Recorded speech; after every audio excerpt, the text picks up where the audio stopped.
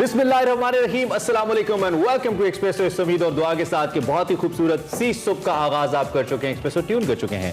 मैं हूं इमरान हसन और मैं हूं अरमला हसन। उम्मीद करते हैं आपका वीकेंड बहुत अच्छा गुजरा होगा। मैं मंडे को हमेशा वीकेंड की बात करती हूँ क्योंकि मुझे लगता है वीकेंड पे आप फ्रेश होते हैं, उसके बाद मंडे को आप नई पॉजिटिव एनर्जी के साथ आते हैं ताकि आपका वीक पूरा अच्छा हो। Let me tell you, week में 7 दिन होते हैं, ये 4 दिन वीकेंड की बात करती हैं। जुम्मे को भी करती हैं, इंतजार हफ्ता इतवार वैसे वीकेंड होता है, और मंडे को भी करती हैं वीकेंड की बात। So weekend is over now, it's a working. नहीं, इट्स नॉट ओवर, अगला आने वाला है। अच्छा, अब इन मंडेज की खास बात ये, चूंकि स्कूल्स खुल चुके हैं, यूनिवर्सिटीज मुकम्मल तौर पर खुल चुकी हैं, ऑफिसेज तकरीबन सारे ऑपरेशनल हो चुके हैं कोविड के बाद, तो अब सड़कें जरा बिजी नजर आने लगी हैं। सो बेस्ट थिंग जो मैं बता सकता हूं अपने आप को भी और आपको भी, कि जब भी आप घर से निकले, सुबह खास तौर पर वो लोग जिन्होंने जल्दी ऑफिस जाना होता है, टाइम देखकर निकलें, खास तौर पर लाहौर और कराची के रहने वाले, बिकॉज जब आप ट्रैफिक में फंस के हॉर्न देते हैं ना, बड़े नागवार गुजरता है सुबह सुबह, इसलिए पहले ही बिला वजह हॉर्न नहीं देना चाहिए, तो पैनिक की सिचुएशन में। लेकिन हमारे शो में आज बहुत खास मेहमान आने वाले हैं और उनसे हम डिस्कशन करेंगे, लेकिन हम हाइप बना रहे हैं। सबसे पहले शो का बाकायदा आगाज करते हैं और आपको बताते हैं आज की हेडलाइंस।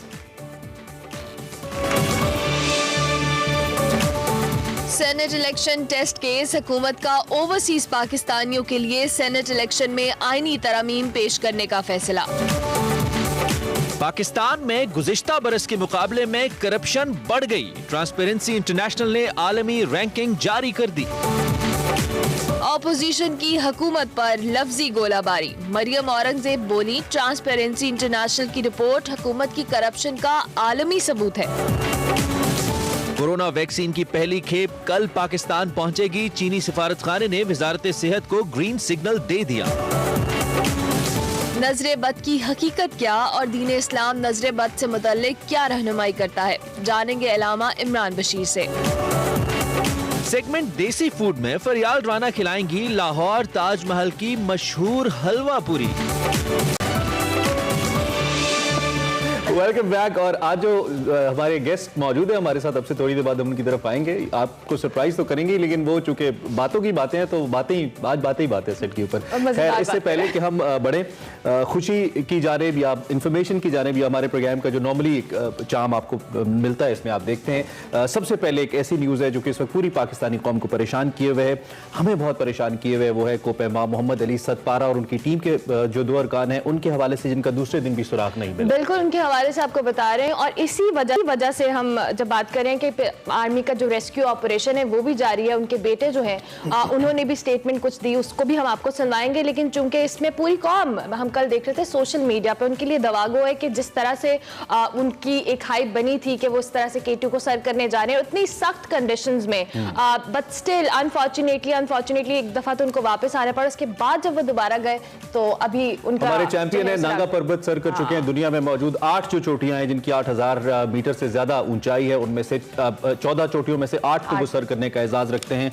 उनके बेटे साजिद सतपारा भी उनके साथ थे, जो कि वापस आ गए ऑक्सीजन सिलेंडर में खराबी के बायस, लेकिन मोहम्मद अली सतपारा, जॉन स्नोरी और एक और जो चिली के उनके साथ माउंटेनियर थे वो वापस नहीं आ सके। और खबरें ये हैं, साजिद सतपारा का ये कहना है कि चोटी सर्दियों के अंदर बगैर ऑक्सीजन के अली सतपारा ने सर कर ली है। उनका ये कहना था कि उन्होंने डेथ जोन के अंदर तकरीबन 8300 मीटर के ऊपर अपने वालिद को जाते हुए देखा, महज 300-400 मीटर का फासला था जिन्होंने मजीद सबमिट करनी थी, तय उन्होंने कर लिया। उनके ख्याल के मुताबिक जब वो तय करके वापस आ रहे थे तो ऐसा लगता है कि उनको कोई हादसा पेश आया, कोई इमरजेंसी सूरत हाल पेश आई। अब तक की इतलात के मुताबिक उनका कोई पता नहीं चल सका है। पाकिस्तान आर्मी के हेलीकॉप्टर मुसलसल सर्च कर रहे हैं, और हम अगर इस डेथ जोन के अंदर सस्टेन करने की बात करें या रहने की बात करें तो एक नेपाली कोपेमा के बारे में कहा जाता है जिन्होंने तकरीबन 90 घंटे तक सरवाइव किया था 8000 मीटर से ऊपर की बुलंदी पर।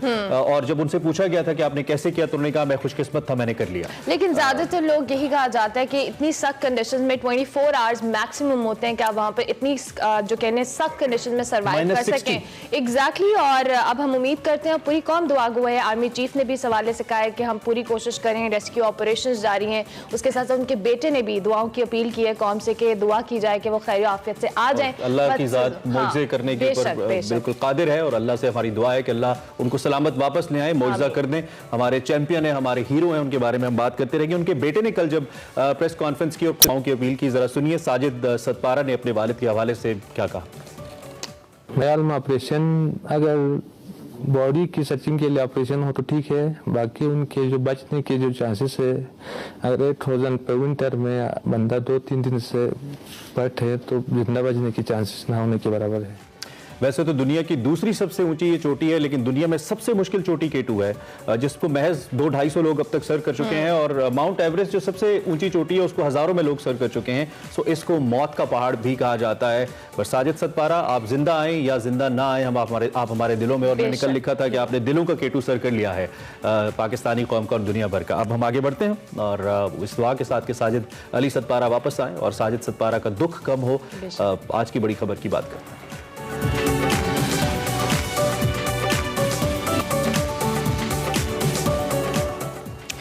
Welcome back. अच्छा जी, बड़ी खबर में आज हमारे पास जो मेहमान हमें ज्वाइन करने वाले हैं उनके हवाले से हम आपको बताएंगे, लेकिन साथ साथ हम बताते चले कि सेनेट इलेक्शन के हवाले से खबरें ज़बान ज़द-ए-आम में हुकूमत ने सुप्रीम कोर्ट का फैसला आने से कब ही इलेक्शन तरमीमी जो ऑर्डिनेंस है 2021 वो जारी किया है, और इस तरमीमी ऑर्डिनेंस पर अमल दरामद फौरी तौर पर होगा।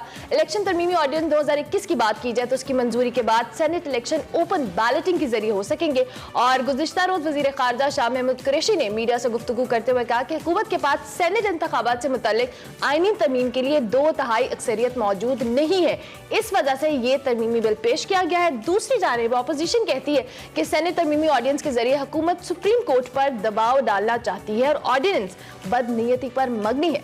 मगर सवाल यह है कि हुकूमत ने सेनेट तरमीमी जो ऑर्डिनेंस लाने में जल्दबाजी क्यों? बिल्कुल क्यों की, और अब दूसरी जानिब ये भी है कि हुकूमत को अपने अरकान पर क्या एतमाद नहीं है कि वो सेनेट इलेक्शन में वोट देंगे। इस सारी सूरत हाल पे और इसके साथ साथ बहुत सारे मामलात पे बात करने के लिए जो शख्सियत हमारे साथ है, मैं उनके तारुफ में मजीद कुछ नहीं कहूंगा। उनका नाम डॉक्टर आमिर लियाकत हुसैन। आप उनको सालों से देख रहे हैं, माशाल्लाह इज रूलिंग द स्क्रीन्स, और बाकी हम क्या कहें, मेजबान है, दानिश्वर है, ये सब मुझे लगता है ये सालों years। आमिर साहब की जो इनकी विट है, जो इनका मज़ाहियापन है, माशाल्लाह वो तो हमारी सब बहुत अच्छी होगी आपको लेकर। माशाल्लाह, थैंक यू वेरी मच। आप बहुत अच्छा कर रहे हैं, आप दोनों, आपको अल्लाह बहुत तरक्की दे और बड़े कामयाबी के साथ आपका सफर जारी है। Thank you sir. और मैं पूरी उम्मीद हूँ, उम्मीद से तो नहीं कह सकता, मैं पूरी उम्मीद हूँ कि अल्लाह आपको मजीद कामयाबी दे। बहुत शुक्रिया आपके आने के लिए। सबसे पहले ये बताइए कि आपकी सुबह कैसी हुई और लाहौर में आपकी सुबह कैसी हुई? लाहौर बहुत खूबसूरत शहर है, लाहौर चाहने वालों का शहर है, पाकिस्तान से मोहब्बत करने वालों का शहर है,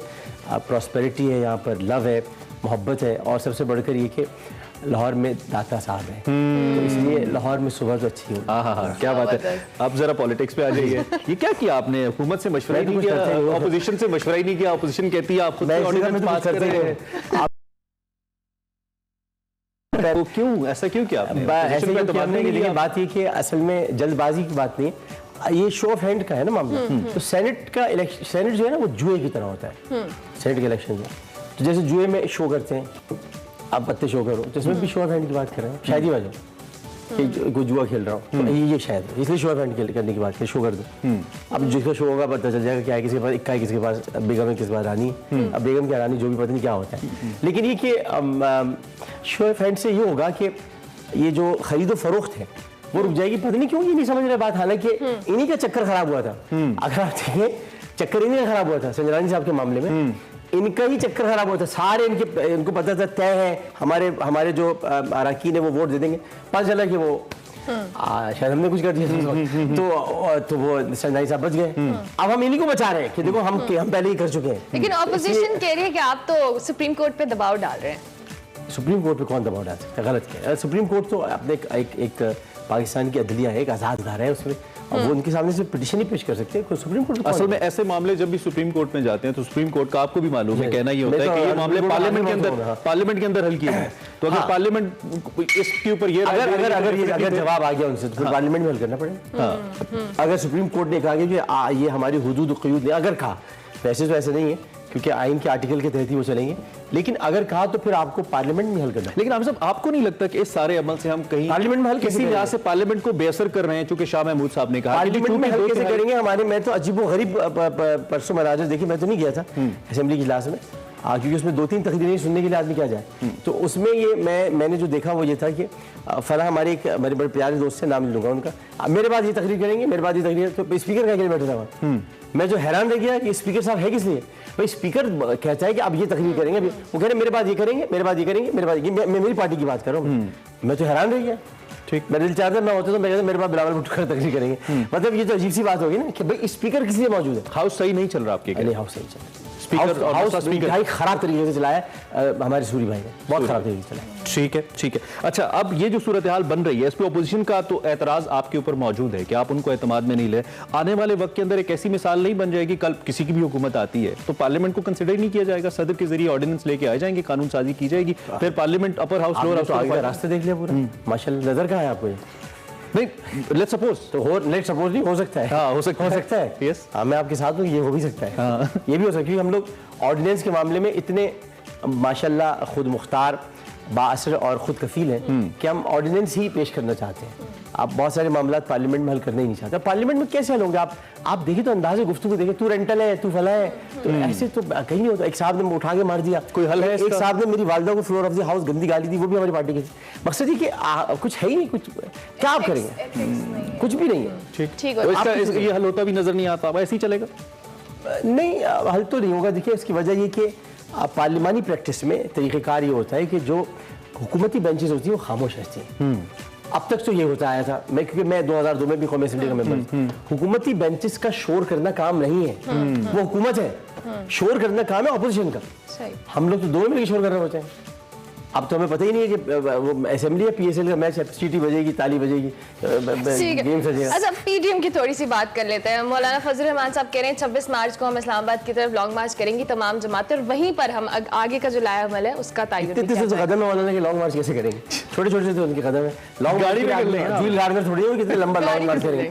आप देखिए निकलेंगे, आप पहुंचने की कोशिश करेंगे। नहीं, सीधी बात बता रहा हूँ, या तो वो मतलब आप देखिए ब्रायन लारा की तरह चलते हो छोटे छोटे कदमों से। सही सही। अगर वो कोई बड़ा जूल गार्डनर या कोई वो क्या नाम था, कॉटन वॉश, ब्रायन लारा की जी सर, शॉट का पता है? शॉट का पता है, शॉट का पता है, लेकिन जब सीधा खेलते थे तो आउट हो जाता था। तो सीधा खेल रहे हैं तो उसमें क्या ये पॉलिटिकल डिस्कशन बहुत क्रिकेटिंग डिस्कशन। यस। अच्छा, तो आपको लगता है कि लॉन्ग मार्च नहीं होगा? लॉन्ग मार्च होगा, कामयाब नहीं होगा? लॉन्ग मार्च होगा, कामयाब नहीं होगा। अच्छा, कामयाब इस लिहाज से नहीं कि अगर इनके जहनों में ये है कि मियाँ साहब निकले थे लॉन्ग मार्च लेकर और फिर रास्ते में फौरनी जजों को बहाल कर दिया गया और फोन आ गया और ऐसा हो गया, तो अगर वही ख्वाब ये दोबारा देख रहे हैं तो मैं कहता हूँ कि जाग भी जाओगे सोती हुई आंखों पे मुझे जाने की मौत का रहने के ख्याल आते हैं। क्या कहते हैं? अच्छा जी, आमिर याकत हुसैन साहब हमारे साथ बहुत कुछ है, हम एक ब्रेक लेंगे। ब्रेक के बाद आएंगे। इन्होंने एक्टिंग में भी अब डेब्यू करने का सोच लिया, कोई ऐसी फील नहीं है, कर लिया मतलब ठीक है, कर लिया, उस हवाले से बात करेंगे। लेकिन एक ब्रेक के बाद आप देखते रहिए एक्सप्रेसो।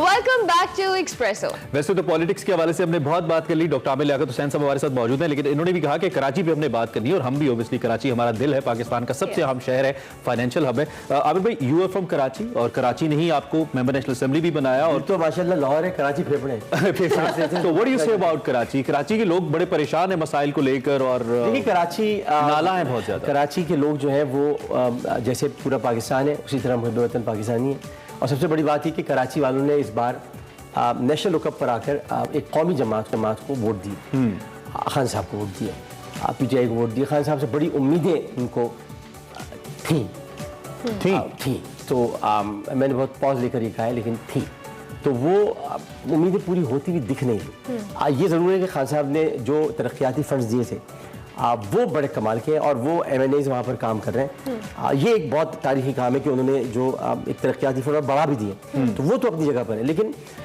ये सिर्फ वहाँ तरक्याती मसाइल नहीं थे। मैं आपको बताऊँ सबसे बड़ा मसला क्या था। वहाँ सबसे बड़ा मसला था लिसानियत का खात्मा, जो फिर उठ जाएगा।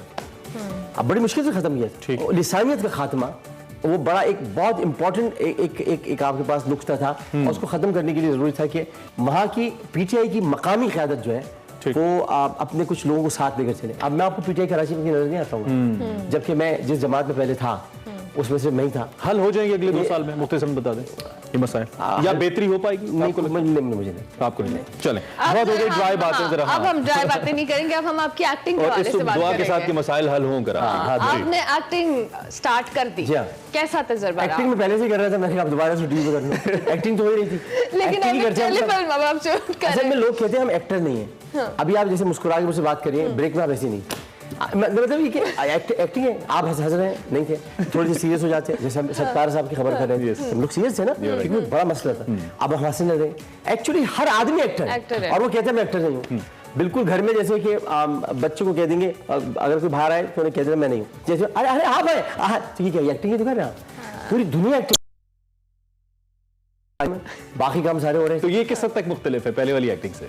देखिए इस हद तक मुख्तलिफ है कि इसमें स्क्रिप्ट लिखा हुआ पढ़ना पड़ता है, उस एक्टिंग में तो फिल्मबदी सारी चीजें। Are you okay with it? जो जुमले अरे भाई कमाल का है, बस करो ना, ये आप जब देखेंगे तो एक तो आपकी हंसी नहीं रुकेगी। अच्छा मैं ज़ाती तौर पे मैं अज़राए तफन्नुन बहुत सारी बातें कहता हूँ, मेरे अंदर एक हिस्से मज़ा है, तो मेरे लिए ये ड्रामा बड़ा ज़बरदस्त है। तो अब चूँकि एक्सप्रेस ने बनाया है और इसके बाद अभी ओए मोटी है उसमें भी हूँ मैं, एक और अभी एक प्ले और है उसमें भी हूँ मैं, इंसान और शैतान। ये ओए मोटी पे बहुत ज्यादा ओए मोटी नहीं, ये इसी वजह से हम कर रहे हैं कि किसी को मोटी कहना, किसी को मोटा कहना, काला कहना, गोरा कहना, ये सब बुरी बातें, इन सब बातों को किसी के दिल पे क्या असर पड़ता होगा, ये इसलिए हमने पॉजिटिव मैसेज है। और भी टेलीफिल्म है नहीं, ये है मुख्तलिफ एपिसोड्स पर कहानियां हैं। अच्छा 2 एपिसोड में मुख्तलिफ कहानियां हैं, ये मुख्तलिफ, कि जहाँ लोग, इसमें से ओए मोटी नहीं है, इसमें कोई काला और ये सब बातें कि ये गलत कर रहे हैं आप, ऐसे नहीं करना चाहिए। तो बहुत अच्छा मौजू है, मौजू तो और एक इंसान और शैतान है। आमिर ऑनलाइन जी आपने इंसान और शैतान पे स्ट्राइकिंग बैक, इंसान और शैतान पे जोर नहीं दिया जो कि साथ साथ है। चले आमिर ऑनलाइन, हाँ जी बताइए क्या सर, आमिर ऑनलाइन क्या करने जा रहे हैं? कुछ नया? आमिर ऑनलाइन का ये था कि बहुत अरसे से कमी महसूस कर रहे थे बहुत सारे लोग। मुझे तो खैर घर में तुआ भी कह रही थी कि आप आलिम ऑनलाइन कहाँ गया, किधर गया, तो इसको बहुत लोग महसूस कर रहे थे। तो हमने फिर ये आमिर ऑनलाइन शुरू किया, वही पैटर्न है आलिम ऑनलाइन का, वही सब कुछ है। मतलब लोगों को याद ताज़ा हो गई है कि आलिम ऑनलाइन दोबारा शुरू हो गया। तो उसमें हमें पहले ही दिन से जो रेटिंग्स आई हैं और जो लोगों ने पसंद किया है वो काबिल तारीफ। तुबा का आपने जिक्र कर दिया, वो भी ड्रामास में नजर आ रही है, तो हम आपको उनको इकट्ठा कब देख रहे हैं? हमारी पूरी कोशिश है कि हम इकट्ठे हों और इसमें हो सकता है हम फिल्म भी करें, हो सकता है हम कुछ करें, लेकिन ये हम इकट्ठे हों। ब्रेकिंग न्यूज़ दे देना अगर है तो। नहीं, ब्रेकिंग न्यूज़ तो अगर होगी तो वो बड़ी वाली होगी, जो बस कोरोना में है। अगर वो अगर होगी तो वो मैं आपको बताऊंगा। ठीक हो गया। अब चूंकि बस सुबह आप एक्सप्रेसो का हिस्सा बने, हमें बहुत अच्छा लगा कि आप हमारे सेट पर आए। इनफैक्ट आपसे स्काइप पे हमारी ऑनर ऑफ डिस्कशन रही, बट स्टिल कोई मैसेज हमारे प्लेटफॉर्म से उन तमाम लोगों को? बस ये मैं एक ही मैसेज है कि एक्सप्रेसो भी रखा करें। एक्सप्रेसो है इसमें, है ना? एक्सप्रेसो नहीं है ना, चाय एक्सप्रेसो में एक्सप्रेसो रखा करें, ये मेरा मैसेज है। लेकिन सबसे बड़ी बात ये कि मॉर्निंग शोज बहुत सारे अब हमारे दोस्त कर रहे हैं, बहुत सारे शफात हैं, मदिया हैं, इसी तरह से जो है आप जियो पर कर रहे हैं सब जगह। लेकिन आप लोग जो कर रहे हैं, मैं आपके ज़ाहिर है कि अच्छा एक तो ये लफ्ज़ बड़ा है मुंह पे बैठ के तारीफ, मुंह पे बैठ के तो बात भी नहीं करना चाहिए, मुंह पे बैठ के तो बात गलत होता है, मुंह के सामने बैठ नहीं बोलते, मुंह पे बैठ के तारीफ कर रहे हैं, वेट कर रहे हैं। वो ये कि आप दोनों जो काम कर रहे हैं वो सबसे अलग है, जुदा है, और हंसते खेलते आप लोग बात कर रहे होते हैं, और आप लोगों में ये नहीं लगता कि बिल्कुल आप जो है वो ड्रामेबाजियां कर रहे हैं, पता चलता है आप लोग रियल है। अब बाकी लोग since it's coming from you obviously it means a lot. Thank you very much for being with us and wish you all the best for all the ventures जो आप कर रहे हैं, चाहे वो और जब पॉलिटिक्स आप है। दोबारा लाहौर आएंगे तो हम फिर आपको बुलाएंगे। बिल्कुल, आप हमें जब भी आदर होगा हमें बुलाते रहिए, अब हर हफ्ते आएगा और नेक्स्ट टाइम एक्सप्रेसो मिलेगी। हाँ, next time Expresso Aamir Liaquat Hussain, doctor Aamir Liaquat Hussain, दिल करता है ये बोलते रहे, हम सुनते रहे, और आई होप कि आपकी मॉर्निंग भी हमने अच्छा करने की कोशिश की है। आप इनके शोज भी हैं और इनके ड्रामास भी, उस पर फीडबैक जरूर दीजिएगा, पॉजिटिव या नेगेटिव। लोग बहुत ज्यादा क्रिटिकल हो जाते हैं, क्रिटिकल ना हुआ कीजिए, पसंद नापसंद अपनी जगह, फीडबैक दिया कीजिए, इजी रहा कीजिए, और उससे कोई फायदा नहीं होगा, अल्लाह मानेगा, अल्लाह ही पैदा करता है, आपकी करने में कुछ नहीं होगा। ठीक है जी, इसी नोट के ऊपर ब्रेक, बिल्कुल ब्रेक लेंगे, ब्रेक के बाद हाजिर होंगे। Stay tuned to express.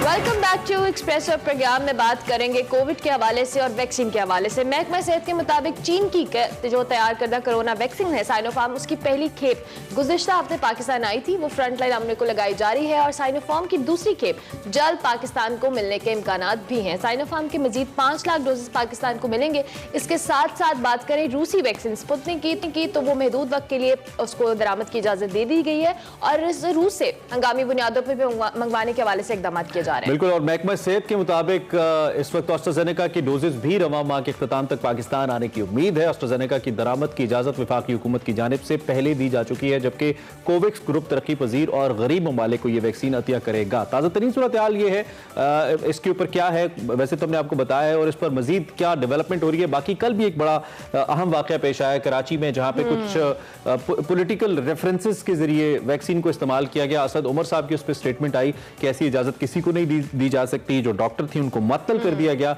लेकिन ये मामला क्या है, इस सारी सूरत हाल पे भी जरा बात करेंगे। डॉक्टर नौशीन हामिद साहिबा हमारे साथ मौजूद हैं, पार्लिमानी सेक्रेटरी बराए हेल्थ है, और इस पर बात करते हैं। डॉक्टर साहिबा, thank you for joining us early in the morning. कैसी हैं आप? ठीक ठाक हैं? अल्लाह का शुक्र, अल्हम्दुलिल्लाह जी। बहुत शुक्रिया आपने हमें ज्वाइन किया। सूरत हाल तो ये वैक्सीन के हवाले से पूछेंगे, ये कल जो वाक़या हुआ ये क्यों पेश आया और इसके लिए अब हुकूमत का क्या लाएअमल है, चूंकि वफाक ने तहफ़्फ़ुज़ात जाहिर किए हैं सुबह को दी जाने वाली वैक्सीन के ऊपर, इसके हवाले से जरा वाज़ेह कीजिएगा सूरत हाल को क्या है। जी, कल वाला वाकया बहुत अनफॉर्चुनेट था, क्योंकि वैक्सीन पे पहला हक जो है और जो फेडरल गवर्नमेंट की तरफ से प्रायोरिटी सेट की गई थी वो फ्रंटलाइन हेल्थ केयर वर्कर्स की थी। और ये जो कल उससे हटकर जो कुछ VIPs को लगी है, इसका सख्त नोटिस लिया गया है और सिंध गवर्नमेंट को जो है वो उसके ऊपर स्ट्रिक्टली जो है उसको तहफ़्फ़ुज़ात का इजहार किया गया। और आपने देखा है कि सिंध गवर्नमेंट ने भी एक्शन लिया है और जो कंसर्न्ड ऑफिशियल था उसको सस्पेंड भी किया गया है। ये एक्चुअली सारा निज़ाम एक बड़ा मॉनिटर्ड निज़ाम है। रजिस्ट्रेशन हुई है फ्रंटलाइन हेल्थ केयर वर्कर्स की, NCOC का जो रिसोर्स मैनेजमेंट सिस्टम है उसके अंदर इनका डाटा मौजूद है, और उसी डाटा के तहत ये वैक्सीन लगनी है। Each and every vaccine is accountable और उसका पूरा डाटा ट्रेस किया जा सकता है कि वो किसको लगेगी। अच्छा डॉक्टर साहब, ये भी साथ साथ बताइएगा कि अब तक वैक्सीन के हवाले से कितनी कंपनीज के साथ मुआहदे हो चुके हैं, और जो पाकिस्तान के हवाले से हम साइनोफार्म की बात करें उसकी पहली खेप तो आ गई है, रूसी कंपनी को भी इजाजत दी गई है, तो इस हवाले से क्या अपडेट्स हैं? देखिए जी, साइनोफार्म की दूसरी खेप भी इंशाल्लाह 2-3 दिन में 5 लाख मजीद वैक्सीन जो हैं वो भी पाकिस्तान पहुंच जाएंगी। इस तरह हमारा जो बेसिक टारगेट है 5 लाख के करीब हेल्थ केयर वर्कर्स का, वो इस वैक्सीन से अचीव हो जाएगा। उसके बाद हम महीने के एंड पे एस्ट्राजेनेका को एक्सपेक्ट कर रहे हैं, जो कि फिर हमारे सीनियर सिटीजन्स जो हैं उनको लगनी शुरू हो जाएगी, जो 65 प्लस के हैं। और जैसे कल आपने देखा है कि रशियन वैक्सीन का भी अप्रूवल मिल गया है, और वो भी इंशाल्लाह ताला जल्द वो भी पाइपलाइन में है, वो भी पहुंच जाएगी। और इसके अलावा मजीद वैक्सीन भी जो हैं जो कोवैक्स के प्लेटफॉर्म से आनी है, वो अब आप देखेंगे कि ये सारी अब शॉर्ट इंटरवल्स के साथ ये सारी आनी शुरू हो जाएंगी, और बाय द एंड ऑफ 2021 हम समझते हैं कि हम अपनी बहुत बड़ी पॉपुलेशन तक पहुंचा सकते हैं। ठीक है। अच्छा, आपने पहले जवाब में कहा कि तमाम वैक्सीन जो हमारे पास आई हैं उसकी ट्रैकिंग मौजूद है, हम उसको ट्रैक कर सकते हैं कि कौन सी वैक्सीन किसको लगी। तो ये क्या ये ट्रैकिंग का सिलसिला तमाम जितनी भी वैक्सीन पाकिस्तान में आएगी उनके साथ रखा जाएगा, और इसका सिस्टम क्या है, मैकेनिज्म क्या है? चूंकि ये अगर सिंध के अंदर एक केस सामने आया है, खुदा न खास्ता पंजाब में दीगर जगहों पर भी हमारा ये कल्चर है, ये VVIP कल्चर, जिसमें लोग इस्तेसाल करते हैं मुख्तलिफ चीजों को लेकर, तो ऐसा अमल दोबारा ना हो इसके लिए क्या इक़दाम किए हैं आपने? देखिए, वैक्सीन जो हैं ये इनके लिए जिनको लगनी थी इन द फर्स्ट फेज, उनका मैंने आपको बताया कि रजिस्ट्रेशन हुई थी तकरीबन 4.5 लाख हेल्थ केयर वर्कर्स की थ्रू द वो RMS सिस्टम जो NCOC ने बनाया था, उन सबकी रजिस्ट्रेशन हुई नहीं है। और फिर इन लोगों के बाकायदा सेंटर्स मार्क किए गए हैं कि इनको कौन से सेंटर्स में लगनी है, और इसका इंफॉर्मेशन उनको 1166 के थ्रू जो है वो कन्वे की जाती है। और जाहिर है जितनी वैक्सीन सिंध को दी गई हैं, उन्होंने जो हमें लिस्ट प्रोवाइड की थी कि ये हमारे हेल्थ केयर वर्कर्स हैं जिनको हमने लगानी है, उसके हिसाब से उनको वैक्सीन प्रोवाइड की जा रही हैं। तो ऑब्वियसली ये सारी एक थ्रू प्रॉपर चैनल है, और चूंकि ये जिन को वैक्सीन लगनी है उनका डाटा जो है वो नादरा के थ्रू मेंटेन होना है, ताकि हमारे पास एक पूरा नेशनल डाटा हो कि हमारे कितनी पॉपुलेशन कवर हो चुकी हुई है, कितने हेल्थ केयर वर्कर्स कवर हो गए। तो ये जब डाटा मेंटेन होगा तो ऑब्वियसली आपके पास हर वैक्सीन का फीडबैक जो है वो आएगा। तो इस तरह ये सारी चीजें जो हैं ये बिल्कुल ऑन रिकॉर्ड होंगी और थ्रू डाटाबेस सिस्टम चलेंगी जी। ठीक है, ठीक है, ठीक है। अच्छा, ये भी बताइएगा कि आपने चूंकि इसके अलावा हमने डिफरेंट टाइप ऑफ वैक्सीन की तो बात कर ली, जो मुख्तलिफ रीजन की वैक्सीन है, ओबियसली हर वैक्सीन का एक अपना फार्मूला है, और पाकिस्तान में रहने वालों की जो हेल्थ कंडीशन है वो उसके हवाले से मुख्तलिफ जो टेक्निकलिटीज है वो अपनी जगह पे हैं। तो क्या एक वैक्सीन चाइनीज है, एक रशियन है, इसकी कंपेटेबिलिटी को अच्छी तरह से चेक कर लिया गया है, खुदा ना खास्ता कि कोई ऐसी सूरत हाल ना हो कि दोनों वैक्सीन के different side effects kind of things हो जाए पाकिस्तानियों को लेकर? जी बिल्कुल, ये इनका जो होता है जब भी ये पाकिस्तान आती हैं और ड्रैप से जब इनको इमरजेंसी यूज का अप्रूवल मिलता है तो इनके जो क्लिनिकल ट्रायल्स के रिजल्ट हैं उनको बहुत क्लोजली स्टडी किया जाता है। हमारी टेक्निकल एक्सपर्ट कमेटी भी बनी हुई है, वो भी थ्रू आउट फॉलो अप कर रही थी जब से इनके ट्रायल्स शुरू हुए थे। और हमने तकरीबन 170 वैक्सीन को फॉलो करना शुरू किया था साल के शुरू में, और अब उनको करते करते हमने अपने मुल्क के हिसाब से और सेफ्टी और एफिकेसी को देखते हुए कुछ कंपनीज को 6 से 8 कंपनीज को शॉर्टलिस्ट किया था जिनसे हम वैक्सीन फाइनली प्रोक्योर करने की लिए अप्रूवल्स हम लेंगे। तो ये इनकी बिल्कुल सेफ्टी, इनकी एफिकेसी, इनके क्लिनिकल ट्रायल्स के रिजल्ट्स जो हैं उनको बहुत क्लोजली स्टडी किया गया है बाय टेक्निकल एक्सपर्ट कमेटी, और उसकी लाइट में ये डिसीजंस ठीक हो गया। अच्छा मैडम, जल्दी से ये भी हमें बता दीजिएगा कि कितने हेल्थ वर्कर्स को अब तक वैक्सीन लग चुकी है, क्योंकि ओवरऑल कहा जा रहा है कि रेशो कम है लेकिन इंशाल्लाह टाइम के साथ बढ़ जाएगी, लेकिन आप इस हवाले से हमारे देखने वालों को अपडेट किया कि कितने हेल्थ वर्कर्स हैं जिनको वैक्सीन लगाई जा चुकी है? जी अभी तक मैं समझती हूँ हजारों में लग चुकी हुई है। एग्जैक्ट नंबर अभी मेरे पास इस वक्त मौजूद नहीं है, मगर 4.5 लाख वर्कर्स जो हैं वो रजिस्टर्ड हैं फर्स्ट फेज के लिए, और इसके लिए 578 vaccination centres all over the country बनाए गए हैं। और ये हर तकरीबन शहर में जहाँ पर कोरोना वायरस के इस वक्त ज्यादा केसेस मौजूद हैं, सबसे पहले प्रायोरिटी उन शहरों को और उन हॉस्पिटल्स को दी जा रही है जहाँ पे लोड कोरोना वायरस पेशेंट्स का सबसे ज्यादा है। तो ये एक ज़ाहिर ग्रेजुअल प्रोसेस है। हर सेंटर पे हमारा अंदाजा दिन में तकरीबन 50 लोगों को लग सकती है, क्योंकि ज़ाहिर है पहली दफा लग रही है, आपको लगाने के बाद थोड़ी देर पेशेंट को मॉनिटर भी करना है, उसको देखना भी है कि वो कोई फर्स्ट टाइम है कि कोई रिएक्शन या कोई हमें एडवर्स इफेक्ट नजर ना आए।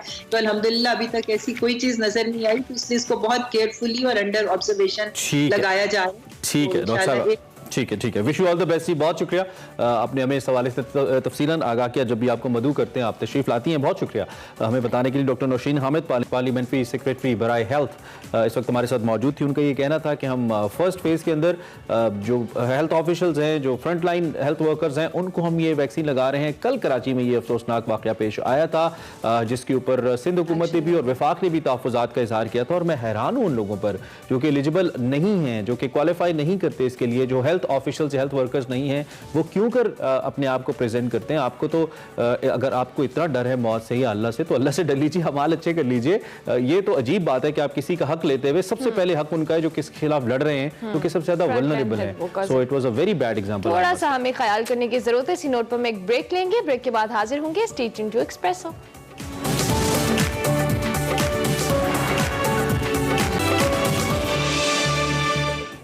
Welcome back to Expresso. अच्छा जी, अब प्रोग्राम में आगे बढ़ेंगे और आपको बताएंगे। अचानक से नहीं आ गए हम। हाँ, अचानक से सरप्राइज। अच्छा जी, एक्सप्रेसो में हम बात करेंगे अब क्रिकेट के हवाले से। टेस्ट मैच तो हो रहा है, लेकिन उस टेस्ट मैच की क्या सिचुएशन है ये पहले टेस्ट मैच के बारे में आप बात नहीं करी थी, पहले आप पीएसएल के बारे में बात करी थी। हाँ, मैं अचानक से सरप्राइज मिल गया। मिर्जा इकबाल बेग हमारे साथ मौजूद हैं, इनसे हम एनालिसिस तो लेंगे, लेकिन मिर्जा साहब सबसे पहले तो good morning and welcome to Expresso. हम सबसे पहले जानना चाहेंगे पीएसएल का गाना कैसा लगा आपको? सबसे पहले तो बहुत बहुत शुक्रिया आप लोगों का, अपने और सुबह बखैर। लेकिन गाने की अगर आप बात करेंगी तो गाना पीएसएल का आपने देखा है सोशल मीडिया पे कितना शोर मच रहा है, क्योंकि नसीबो लाल का क्रिकेट से ताल्लुक नहीं है। ठीक है वो गुलकारा है, लेकिन कोई और क्रिएटिविटी होनी चाहिए थी। इसमें बड़ा तनकीद हो रही है। आतिफ असलम, अली जफर, बेशुमार गुलकार, राहत फतेह अली पाकिस्तान में मौजूद है। अभी कश्मीर प्रीमियर लीग का गाना राहत फतेह अली ने गाया है, आप देखिएगा जब वो रिलीज होगा कितना जबरदस्त गाना था। तो मेरे ख्याल में यहाँ पर कुछ कमी वाकई हुई है और इनको इसमें मजीद। तो ये बुनियादी वजह मेरे साहब, क्या क्रिकेट बोर्ड पैसे बचा रहा था नसीबों को लेकर, या क्या कोई और मामला लगता है आपको? पैसे बचा नहीं रहा था, पैसे लुटा रहा था और मंजूर नजर लोगों पे लुटा रहा था, क्योंकि बाबर हामिद साहब जो डायरेक्टर कमर्शियल है पीसीबी के, वो अब प्रोजेक्ट डायरेक्टर भी बन गए हैं पीएसएल के। तो यहाँ पर प्रोफेशनलिज्म की कमी नजर आती है। ऐसा लगता है कि शौकिया फनकार आ गए पीसीबी में भी, जो खुद अपना शौक भी पूरा कर रहे हैं और लोगों का शौक भी पूरा कर रहे हैं। मिर्जा साहब, आपका और मेरा इस बात पे शदीद इत्तेफाक है, लेकिन इमरान इस सारी डिबेट वैसे मुझे जाती तौर पे गाने का ट्रैक अच्छा लगा है, मुझे अच्छा लगा है। और मैंने एक मेल लीड वोकलिस्ट जरूर मिस किया, जो मिर्जा साहब ने भी बात की, लेकिन मुझे ओवरऑल ट्रैक अच्छा लगा है। खैर मिर्जा साहब, आगे बढ़ते हैं, लेट्स गो टू पिंडी। जी मिर्जा साहब बताइए, मतलब अच्छा टारगेट दिया था आपने लेकिन मुश्किल में पड़ गए। मुझे लग रहा है, देखिए कल आपको याद होगा इमरान, कल वेस्ट इंडीज ने 393 चेस किया है बांग्लादेश के खिलाफ चिटागोंग टेस्ट में और वेस्ट इंडीज जीत गया। लगता है इंस्पिरेशन ले लिए साउथ अफ्रीका ने। पिच रावलपिंडी क्रिकेट स्टेडियम की बिल्कुल फ्लैट हो गई थी कल जिस तरीके से खेल रही थी। आज का पहला सेशन बड़ा इंपॉर्टेंट है। अगर पाकिस्तान इस पार्टनरशिप को मार्करम की और वेंडूसन की तोड़ने में कामयाब हो गया तो चांस होगा, वरना अगर इन्होंने ये पहले 2 घंटे गुजार दिए लंच से पहले तो फिर पाकिस्तान के लिए मुश्किल होगी। फिर प्रेशर शिफ्ट हो जाएगा पाकिस्तानी बॉलर्स पर। वैसे ही कल वो अंडर प्रेशर थे, लेकिन यकीनन, और आप हिस्ट्री आपको बताता चलूं इससे पहले आप अगला सवाल करें कि ये 11वां टेस्ट मैच है यहाँ रावलपिंडी क्रिकेट स्टेडियम रावलपिंडी में, और अब तक सिर्फ एक मर्तबा जिस टीम ने टॉस जीता है वो पहले बैटिंग करके जीती है, वो पाकिस्तान था 1993 में। और उसके अलावा आज तक कोई टीम टॉस जीतकर पहले बैटिंग करते हुए नहीं जीती है। तो इसका मतलब है कि ये चीज भी ज़हन में रखनी चाहिए हमें। ठीक हो गया, मेंटली प्रिपेयर्ड रहना चाहिए। रिजवान के हवाले से क्या कहेंगे मिर्जा साहब? उनकी कारकर्दगी अप्रिशिएट तो किया जा रहा है, और नोमान की भी बिल्कुल। देखे ना, मोहम्मद रिजवान काफी अरसे से खेल रहे थे, उनको मौका मिला। सरफराज अहमद के होते हुए उन्हें मौका नहीं मिल रहा था, लेकिन अब जब उन्हें मौका मिला तो उन्होंने दोनों हाथों से उस अपॉर्चुनिटी को ग्रैब किया। उन्होंने न्यूजीलैंड में 91 किए, सेंचुरी नहीं बना सके, यहाँ सेंचुरी की। पाकिस्तान के वो 7वें विकेट कीपर है जिन्होंने टेस्ट क्रिकेट में सेंचुरी बनाई है। इम्तियाज अहमद, फिर उसके अलावा तस्लीम आरिफ मरूम, मोइन खान, राशिद लतीफ और बेशुमार विकेट कीपर्स पाकिस्तान, कामरान अकमल के, सरफराज अहमद जिन्होंने सेंचुरियां बनाई है। तो रिजवान ने अपना नाम भी उस एलीट फहरिस्त में दर्ज करा दिया है। ये बहुत जबरदस्त है। तो इसका मतलब ये है कि सरफराज के लिए बहुत बड़ा खतरा, बहुत बुरी खबर की सूरत में रिजवान की सेंचुरी सामने आई है, ये कह रहे हैं आप? मुझे लग रहा है कि अब सरफराज का क्रिकेट कैरियर जो है वो अपने इख्तितामी मराइल की तरफ गामजन है। वैसे भी वो वाटर बॉय का रोल प्ले कर रहे थे, टीम के साथ घूम रहे थे, डेली अलाउंस ले रहे थे, उनको खिलाया तो जा नहीं रहा था। और अब रिजवान ने जिस तरह परफॉर्म किया तो सरफराज की वापसी मुश्किल होगी। मैं समझता हूँ रिजवान के अंडर किसी यंग विकेट कीपर को रखा जाए, जैसे रोहेल नजीर है, ताकि फ्यूचर के लिए उसको भी तैयार किया जा सके। सरफराज ने 2007 में अपना इंटरनेशनल क्रिकेट कैरियर शुरू किया था, 14 बरस हो रहे हैं, बड़ा अच्छा परफॉर्म किया, पाकिस्तान के लिए कारनामे सर अंजाम दिए। But now it's time for Sarfaraz to go and it's time for a youngster to come into Pakistan team. हो सकता है टीम अगर होटल से भी ना निकली हो तो टेलीविजन देख रही हो और हमें देख रही हो, तो क्या मशवरा देंगे बाबर आजम को? क्या करें बॉलिंग को लेकर? आज क्या चेंज लेकर आए पहले सेशन के अंदर जो आप समझते हैं कि क्लिक कर सकता है, चांसेस हैं? देखिए इमरान, मुझे लगता है कि पहले सेशन में जो स्टार्ट करेंगे बाबर आजम एक फास्ट बॉलर के साथ और स्पिनर के साथ, और हम बहुत कुछ रिलाय करना चाहिए। ये कोशिश कर रहे हैं कि जो रफ बने हुए हैं उन रफ पर अगर नुमान अली जो है वो गेंद करे, जैसे कराची में उसने रफ को पूरे तरीके से यूटिलाइज किया था, तो मेरे ख्याल में पाकिस्तान के लिए चांसेस है। फील्डिंग तगड़ी होनी चाहिए। हमने फील्डिंग में कैचेस ड्रॉप किए, वैसे ग्राउंड फील्डिंग बहुत अच्छी रही है, और उसके अलावा चेंजेस जो है वो बड़े दिमाग के साथ करनी होंगी ताकि पाकिस्तान फतह से हमकिनार हो सके। ठीक हो गया मिर्जा साहब। साथ साथ पाकिस्तान की जो ओपनिंग ऑर्डर है उसके हवाले से भी बात कर लें। क्या मसला है? हर दफा फ्लॉप हो जाती है। हम आते हैं, पहले 2-3 प्लेयर आते हैं, बस वो आगे चेक करके जाते हैं कि आगे वाले खेल सकेंगे कि नहीं खेल सकेंगे। यही हो रहा है हर बार, क्या रीजन है?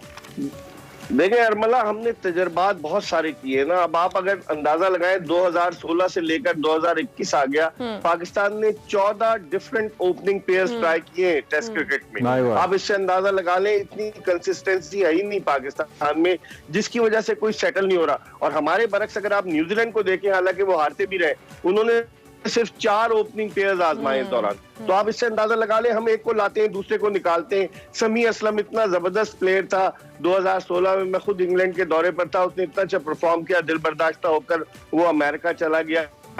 शान मसूद पे इन्वेस्ट किया, एक सीरीज खराब हुई, बाहर कर दिया। हम लड़के को लाते निकालते हैं। तो मेरे ख्याल में कंसिस्टेंसी की अशद जरूरत है। अगर कंसिस्टेंसी नहीं होगी, तजर्बात करते रहेंगे, तो यूं ही ओपनिंग का यही हाल होता रहेगा। ये मिर्जा साहब, ये कंसिस्टेंसी तो क्रिकेट बोर्ड में नहीं होती, ये कंसिस्टेंसी तो हमारे कोचेज में नहीं होती, तो प्लेयर्स में कैसे होगी? प्लेयर तो सबसे ज्यादा बेचारा वल्नरेबल होता है, 10 मैचों में 100 करके एक में 0 पे आउट होता है और लोग 10 भूल जाते हैं। तो कंसिस्टेंसी आएगी कैसे? मैकेनिज्म क्या लेके आए? ये आपने दुखती रग पे हाथ रख दिया पाकिस्तान क्रिकेट बोर्ड के। दरअसल कंसिस्टेंसी वहां नहीं है। जब सियासी बुनियादों पर लोगों पर तकर्रुर होगा इमरान, तो फिर कैसे कंसिस्टेंसी आएगी? अगर मुझे कोई सियासी बुनियादों पर मुकर्रर करता है, मैं अपने मंजूर नजर लोगों को लाऊंगा, चाहे वो कॉम्पिटेंट हो या ना हो। तो यही एक पाकिस्तान क्रिकेट का अलमिया है कि आप मिसाल ले लें भारत की, वहाँ बाकायदा इंतखाबात होते और चेयरमैन आते जाते रहते हैं। हमारे यहाँ अगर चेयरमैन आ गया तो समझ लीजिए कि जब तक हुकूमत नहीं जाती चेयरमैन नहीं जाता। बहुत बहुत अफसोसनाक बात ये है। पाकिस्तान क्रिकेट का अलमिया है। बस सियासी बुनियादों पे नहीं होना चाहिए, right man for the right job होना चाहिए, कॉम्पिटेंट लोग आगे आए तो क्या कोई वजह नहीं। टैलेंट बहुत है, स्ट्रीट टैलेंट है हमारे यहाँ। लड़के गलियों से निकले और उन्होंने पाकिस्तान को परफॉर्म किया है, सर्व किया। ठीक है, इस टेस्ट का नतीजा अगर पाकिस्तान के हक में खुदा न खास्ता मिर्जा साहब नहीं आता, आज फिर कुछ तब्दीली आप एक्सपेक्ट करते हैं? एक और तब्दीली खास तौर पे ओपनिंग की हमने बात की, इमरान भट्ट के बारे में हमने बहुत बात की, वो नहीं क्लिक कर पाए। आप समझते हैं कि फिर चेंज कर दिया जाएगा? कोई मेजर तब्दीली देख रहे हैं आप रिजल्ट के बाद? मेरे ख्याल में खुदा ना करे अगर ये टेस्ट हारते हैं तो जो तलवार लटक रही है वो मिसबाह उल हक और वकार यूनुस के सर पर लटक रही है। अच्छा। और अगर हेड कोच और बॉलिंग कोच जाता है तो फिर टीम में काफी तब्दीली आएंगी, देखें क्या होता है। लेकिन अल्लाह करे पाकिस्तान जीते। लेकिन जिस अंदाज से तकर्रुर किया गया था इन लोगों का वो सही नहीं था कि मिसबाह को 3 कैप्स एकदम से पहना दी। तो मिर्जा साहब आपके साथ एक ब्रेकिंग भी देते हैं, 127 पे दूसरी विकेट गिर गई है, अभी ब्रेकिंग ही आ रही है। बस देख ले, मैंने आपको कहा था कि पहला सेशन बड़ा इंपॉर्टेंट है इमरान, कि अगर हम शुरू में विकेट ले लेंगे तो फिर अब पाकिस्तान के चांसेस जो है वो बढ़ते जाएंगे और मिसबाह और वकार ने सुकून का सांस लिया होगा। चले फिर हम आपसे दोबारा बात करेंगे। मिर्जा साहब thank you very much for this such a lively interaction और बहुत जबरदस्त तबसरा हमारे सामने और बोल्ड तबसरा रखने के लिए। मिर्जा इकबाल बेग साहब सीनियर क्रिकेटिंग एक्सपर्ट हमारे साथ मौजूद थे। इसी नोट पर हम एक ब्रेक लेंगे, ब्रेक के बाद हाजिर होंगे आप। Break expert. I am the break expert. ठीक है, ब्रेक के बाद आते हैं। वेलकम बैक टू एक्सप्रेस और अब देखते हैं आपका हमारा पसंदीदा निकले तेरी तलाश में, जिसमें हम बात करेंगे मुस्तनसर हुसैन तारड़ साहब से उनके नॉवेल और सिंध बहता रहा के हवाले से। तो देखते हैं निकले तेरी तलाश में।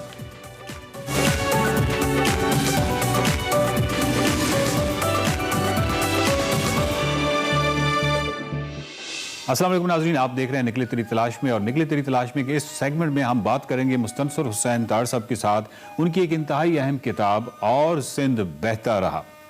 तारड़ साहब, मेरा पहला सवाल ये है कि सिंध, जिसको आप सुनहरी सिंध कहते हैं, और स्पेशली दानिश के हवाले से देखें तो आपने किसी जगह लिखा है कि सिंध की सरजमीन जो है या सिंध की सियाहत जो है वो इंटेलेक्चुअली आप पर बहुत ज़्यादा असरअंदाज हुई। सिंध के साथ आपका ताल्लुक तहरीरी हवाले से तो बहुत पुराना और बड़ा मजबूत है। आपने एक जगह लिखा कि सिंध के साथ मेरी यारियां बड़ी पुरानी हैं। लेकिन और सिंध बहता रहा इस किताब के तनाजुर में देखें तो सिंध यात्रा के हवाले से आपने कुछ देर नहीं कर दी? हमेशा देर कर देता हूँ मैं मुनीर नियाजी के मुताबिक। ट्रैकिंग भी मैंने 50 साल की उम्र में की, शादी भी देर से की, और मेरा ख्याल लिटरेचर में भी 30 साल के बाद आया। तो ये मेरी खसलत है कि देर कर देता हूँ। और वो कहते हैं ना कि सहज पके सो मीठा, मैं इस पर यकीन रखता हूँ। दरिया सिंध के साथ मेरी बहुत यारियाँ हैं शुरू से।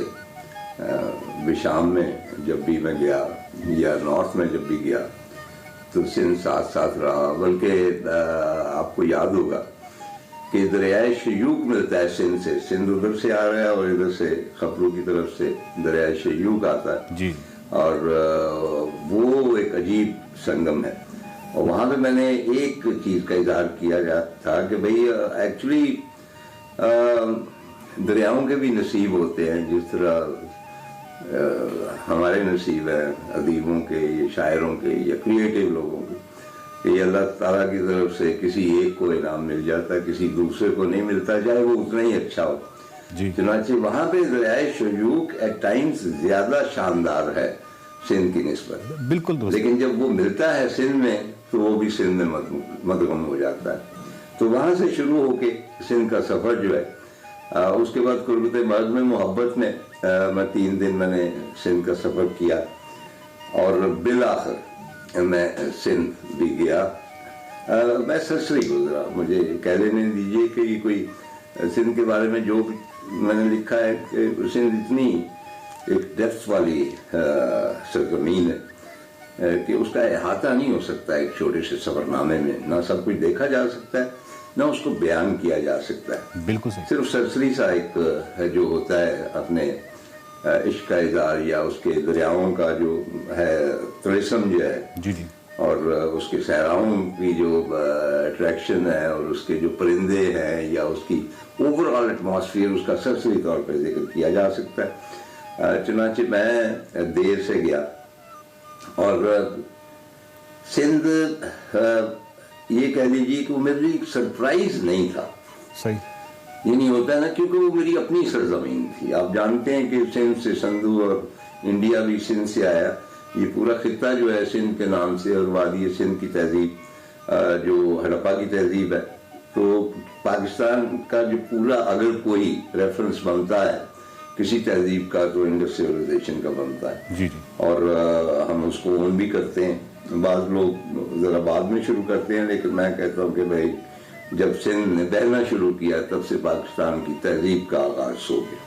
अच्छा सर, ये जो सफ़रनामा है सफ़र सिंध की और सिंध बहता रहा, इसमें आपने जमील अब्बासी का बड़ा तफसीली जिक्र किया और क्या उनकी शख्सियत का नक्शा आपने खींचा है। गो कि जमील अब्बासी का मुख्तलिफ और सफ़रनामों में भी जिक्र मिलता है, लेकिन यहाँ पे आपने लिखा है कि हम किधर जा रहे हैं जमील, सखर से रवाना होकर उस तारीख शब में उतरते हम जाने कहाँ जा रहे थे। बस यहीं सर, यहीं कहाँ, बस इधर ही सर, इधर कहाँ, बस इधर ही सर। मैं जमील की सादत और खसलत से बेजार हो चुका था कि वो कभी मुझे हकायक से आगाह न करता था। हमेशा खौफजदा रहता था कि कहीं मैं हरासा न हो जाऊं, वापसी का सफ़र न इख्तियार कर लूं, तो वो मुझे अंधेरे में रखता था। और वो जो उज़्मा है उसकी घर वाली, वो आसानी से मेरी बेटी हो सकती थी अगर उसकी नाक कोरियाई न होती। तो मैं जमील से पूछता हूँ, ये एक पसंद की शादी थी? जी सर। तुमने उसे पसंद किया? नहीं सर, उसने मुझे पसंद किया। तुम उसे पसंद नहीं करते? करता हूँ सर। तो बहुत ही कमाल इस पूरी किताब में खूबसूरत जिक्र है जमील अब्बासी का। तो वहाँ पे आप कंडियारों में भी ठहरे, तो वो क्याम कैसा रहा आपका कंडियारों में? अच्छा, कंडियारो एक जो है ना, एक डेसोलेशन। हम जो शहर के लोग होते हैं जरा जब खुली फिजाओं में जाते हैं जी, और जब हमारी नजरें जो है वो उन बद्दी अशिया से नहीं टकराती जो हज़रत इंसान ने बनाई है, तो उसमें एक वहशत और एक हम जरा अनईजी सा फील करते हैं। हमें आदत होती है शहर के शोर की और इमारतों की। जिस तरह पिछले दिनों धुंध बहुत थी लाहौर में, 4-5 रोज रही, तो जब वो धुंध क्लियर हुई तो तब मुझे एहसास हुआ कि ये कितना खूबसूरत शहर क्यों है। इसलिए कि वो जितनी भी हज़रत इंसान ने चीज़ें बनाई हैं ना, उनमें खूबसूरती नहीं। वो कारें हों, बिल्डिंगें हों, सड़कें हों, क्योंकि धुंध में रोपोश कर देती थी, इसलिए मुझे ये शहर खूबसूरत लगता था। तो इसी तरह कंडियारों में जब आप जाते हैं तो वो खुली फिजाएं ओरिजिनल। तो एक तो वो मैंने एंजॉय किया। फिर जमील अब्बासी मेरा देरीना एक दोस्त भी है, चाहने वाला भी है, और इन दिनों कुछ गफलत बरत रहा है बाहर। तो वो वहाँ पे छोटा मोटा वो पीर भी है। वहाँ पे एक जो मस्जिद है उसके मामू ने बनाई है जी। वो मस्जिद एक अजूबा है। मेरा ख्याल पाकिस्तान की 3-4 अगर मस्जिदें आप उनका चुनाव करें तो उनमें हो सकता है सर फहरिस्त हो जाए, क्योंकि उसकी जो तर्ज तामीर है वो मुझे इस स्थान की याद दिलाती है। इस स्थान की जो मस्जिदें हैं, जिस तरह उसके गुंबद, उसका गुंबद आप देखें, इट्स ह्यूज डोम।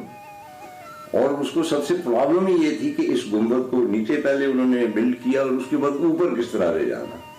और पूरे पाकिस्तान में एक ही कुक क्रेन ऐसा था और वो अवेलेबल नहीं था। लेकिन जब उसके जो मालिक को बताया गया कि हमने ये काम करना है, तो सारे काम छोड़ के, उसने सारा कारोबार छोड़ के, उसने कहा कि ये मेरे लिए ऑनर है कि मैं कंडियारों की मस्जिद का जो गुंबद है वो मेरा क्रेन जो है वो उठा के उसको ऊपर तक ले जाए। सर, पंजाब से सिंध दाखिल होते हुए वहाँ पे आप मुख्तलिफ जगहों पे गए, मुख्तलिफ मज़ारों पे गए, बहुत सारे लोगों से आप मिले, इस किताब से हमें मालूम होता है।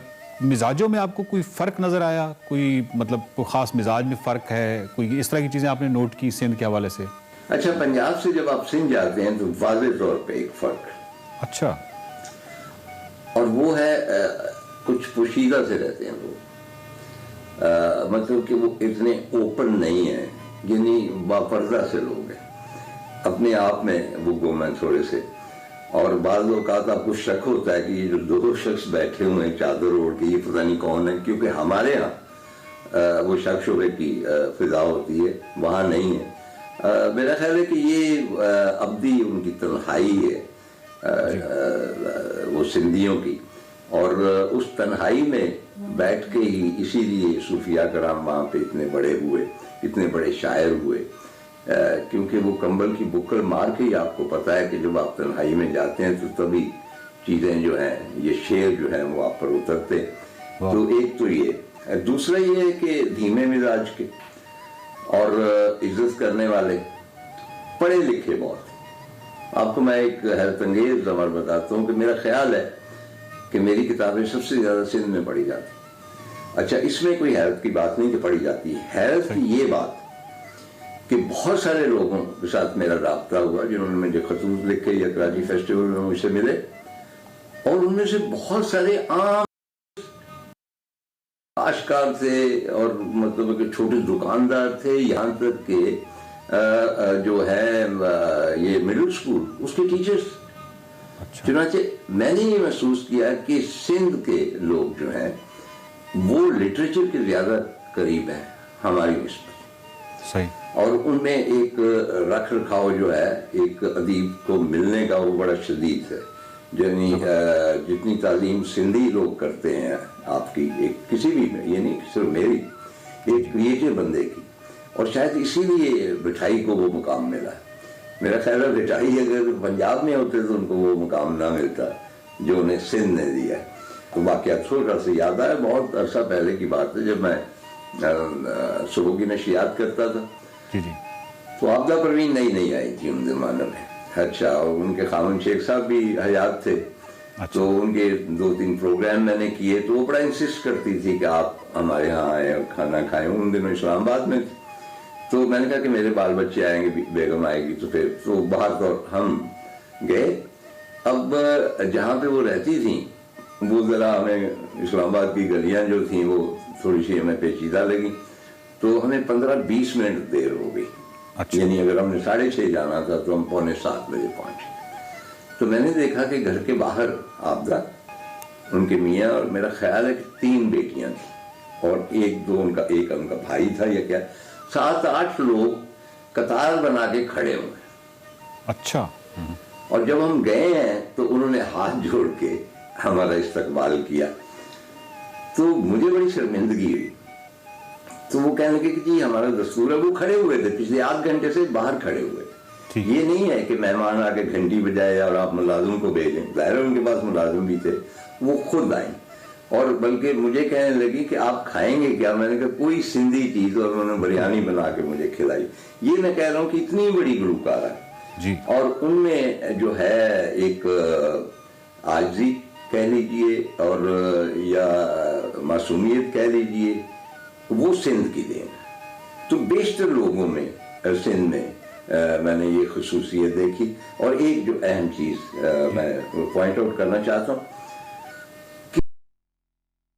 रिलीजियस हार्मोनी जो है वो बहुत ज्यादा है और एक प्रोग्रेसिव और लिबरल एटीट्यूड टुवर्ड्स एवरीबॉडी। यानी फराख दिल लोग हैं, अकीदों को कबूल करते हैं। 1-2 इंसिडेंट हो जाए वो अलग बात है, लेकिन ओवरऑल एक्सेप्ट करते हैं कि इस शख्स का अगर ये अकीदा है तो मुझे कोई ऐसी बात नहीं है। जहां भी मैं गया हूं मजहबी लोग हैं, लेकिन तासुब उस किस्म का जिस तरह का हमारे यहाँ पाया जाता है। यानी मैंने थोड़ा सा वहाँ सांस इत्मीनान से लिया कि मैं गुफ्तगू कर सकता हूँ एक सिंधी के साथ, पढ़े लिखे सिंधी के साथ। अमर जदीदा बहुत मेरे अच्छे दोस्त, मतलब आप कोई भी सब्जेक्ट डिस्कस कर सकते, मुकद्दर में मुश्तैल नहीं होंगे। हमारे यहाँ जो अदीब भी हैं आपको बहुत एहतियात से गुफ्तगू करनी पड़ती। सर, ये जो भी आपने बात की है सिंध के हवाले से कि वो ताज़ीम करते हैं और एहतराम करते हैं, मतलब क्या आप एग्री करेंगे कि वो सिर्फ ताज़ीम और एहतराम इंसानों का ही नहीं करते बल्कि जानवरों और परिंदों का भी करते हैं? पिछले कुछ अरसे से सोशल मीडिया में इस तरह की तस्वीर भी आई जिसमें किसी गाड़ी का जो बोनट है उसके ऊपर मुर्दा परिंदे या शिकार किए हुए जो परिंदे हैं वो पूरा डैशबोर्ड उनसे भरा हुआ है। इस तरह की जो एक ब्रूटैलिटी है, इस तरह का जो एक रवैया है, वो जब आप सिंध में जाते हैं तो वहाँ पे चाहे वो मोर हैं, चाहे वो कोई भी परिंदे हैं, कोई भी जानवर हैं, एक ख़ास किस्म का एहतराम बड़ा पाया जाता है नेचर का, फितरत का। तो ये भी यकीनन ये चीज़ आपने नोट की होगी। बिल्कुल, डेफिनेटली। देखिए ना, दरियाए सिंध जो है जी, उसकी जिस तरह वो इज्जत करते हैं जैसे एक लिविंग थिंग, और जानवरों की, और जिस तरह अब मुगलों की आपने बात की है, तो एकदम से वो थरपार पर चले जाएंगे, नंगर पार चले जाएंगे। वो जो उसके मुख्तलिफ गाँव हैं, मतलब कासबों में हमने देखा, और जगह देखा, वो तो तसव्वुर भी नहीं कर सकते कि किसी मोर को हलाक करें। तो ये उनकी आप कह लें कि मज़ाहिर परस्ती नहीं है, नेचर के साथ हम आहंगी है। सिंधी जितना अपनी सरजमीन के साथ जुड़कर जिंदगी करता है, वो हम नहीं करते। नाज़रीन, और सिंध बेहतर पर गुफ्तगू का सिलसिला जारी है। सिंध की जो तहजीब है, जो उसकी एक वुसअत है, जो उसकी लैंडस्केप है, जो उसकी दानिश है, जो उसकी मोहब्बत है, तो ये सुनहरी सिंध जो है, इस पे गुफ्तगू का सिलसिला कभी ख़त्म नहीं हो सकता। ना इस किताब में या किसी किताब में उसको मुकम्मल सिंध का अहाता किया जा सकता है, उसकी तहजीब का अहाता किया जा सकता है। तो इस प्रोग्राम में तो खैर मुमकिन ही नहीं है, लेकिन हम बहरहाल गुफ्तगू का सिलसिला जारी रखेंगे। अगली किस्त तक के लिए इजाज़त दीजिए। Welcome back to Expresso. अब बारी हमारे शो में खाना में खिलाती हैं फरियाल राना। आज वो हमें सुबह फरियाल राना खिलाती हैं खाना। हाँ, कितना अच्छा बन गया। फरियाल राना खिलाती है खाना, वो भी आज खिलाने वाली है हमें हरीसा गवाल मंडी का मशहूर। सो देखते हैं देसी फूड।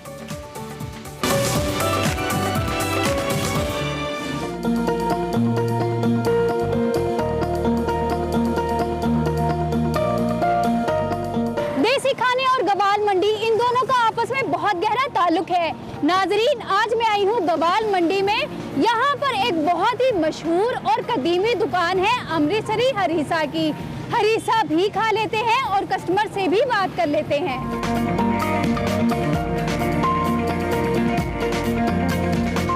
नाजरीन, यहाँ पर SOPs का पूरे तरीके से ख्याल रखते हुए खाना बाहर सर्व किया जा रहा है। चलिए कस्टमर से बात करते हैं। हमारे साथ कुछ फैमिलीज मौजूद हैं, आइए इनसे बात करते हैं। अस्सलाम वालेकुम। वालेकुम अस्सलाम। अच्छा, आप कहाँ से आई हैं? मैं तो लाहौर से आई हूँ। आधी फैमिली इस्लामाबाद से आई हुई है, तो हम उन्हें स्पेशल इधर से खिलाने लेकर आए हैं। तो ऐसी क्या खास आपको बात लगती है जो आप यहाँ ही आती हैं हरीसा? टेस्ट बहुत मुनफरिद है, मतलब इधर जितनी भी दुकानें हैं उधर से सबसे ज़्यादा अच्छा टेस्ट मतलब इधर का ही है। तो फिर हम कहीं और का रिस्क लेते ही नहीं है कि अगर खाना है तो इधर से ही खाना है।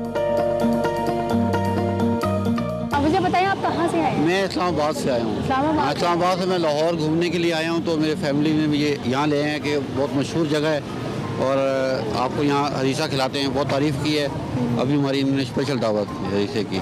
अभी आपने कौन सा हरीसा जो है वो ऑर्डर किया है, मटन, चिकन या कौन सा?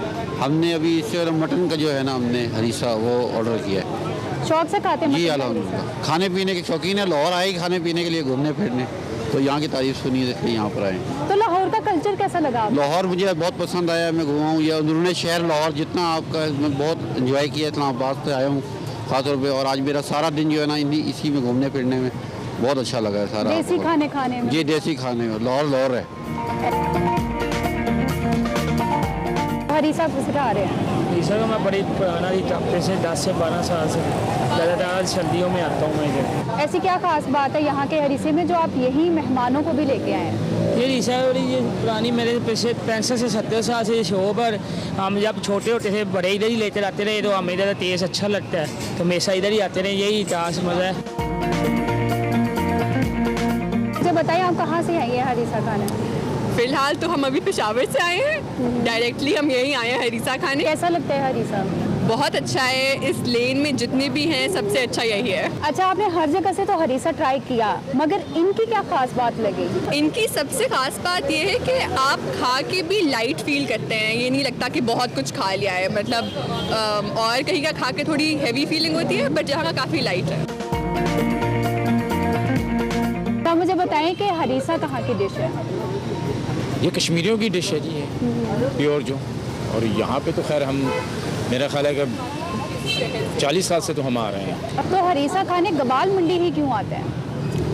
अच्छा ही इसका लगता है कि शुरू से इधर आ रहे हैं, इसी वजह से यहाँ पे आते हैं। और भी हैं यहाँ पे बहुत सारे, लेकिन आते ही यहाँ पे हैं ज़्यादातर। हरीसा सर्दियों में ही क्यों खाया जाता है ज़्यादा? ये सारी चीज़ें गर्म होती हैं इसमें। गर्मियों में तो अच्छा नहीं लगता, ये तो गरम गरम आए उबलता हुआ, और नान भी गरम गरम आए तो फिर मज़ा आता है। गर्मियों में तो आप ये डिश ले ही नहीं सकते, गर्मियों में डिश चलती नहीं है, होते ही है सर्दियों में। हरीसा जी लाहौर की एक सौगात है जो खासकर सर्दियों के मौसम में एंजॉय करते हैं लोग। तो माशाल्लाह हम भी आते हैं इस वक्त, हमेशा हर सीज़न में खाने के लिए बार बार आते हैं, बहुत अच्छी चीज़ है। अच्छा, सर्दियों में क्यों खाते हैं हरीसा? सर्दियों की एक सौगात है ना जिसमें एनर्जी का लेवल ज़रा ज़्यादा होता है। इसमें दालें भी होती हैं, गोश्त भी होता है, रिच प्रोटीन है, और इसलिए एक स्पेशल गर्मियों में होता है। जैसे गर्मियाँ आती हैं तो वैसे तो ये बंद कर जाते हैं, ये सीजनल आइटम है एक सर्दियों की।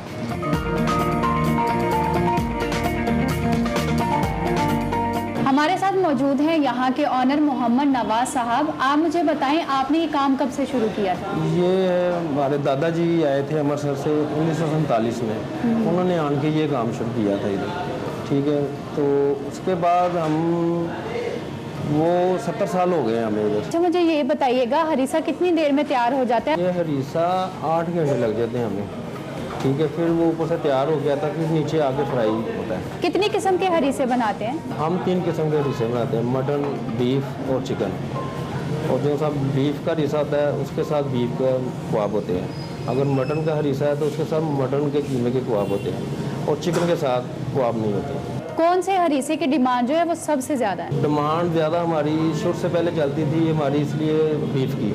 हरीसा सर्दियों में क्यों ज़्यादा खाया जाता है? सर्दियों की ये डिश है, इसमें दालें और मसाले और गोश्त और देसी घी से ये तैयार होता है। इसकी रेसिपी बहुत अच्छी हो जाती है, इसलिए ये ज़्यादा ताकतवर होता है। ये इतनी कदीम दुकान है और मैंने देखा है हर वक्त लोगों का तांता बंदा रहता है, तो कोई ऐसी मशहूर शख्सियत यहाँ आती है, एक्टर, सिंगर वगैरह? हाँ जी, एक्टर वगैरह भी आते हैं हमारे पास। शेख रशीद भी आता है और नवाशी साहब भी हमारे पास आते हैं हरीसा खाने के लिए। क्रिकेट भी हमारे पास आ गए हैं, वो भी खाते हैं। उमर गुल भी हो गया, और जितने भी शाही फरीदी हो गया वो भी आया हमारे पास। अच्छा, हाँ जी, वो भी आगे इधर खाते हैं। चलिए, बहुत शुक्रिया आपके टाइम का।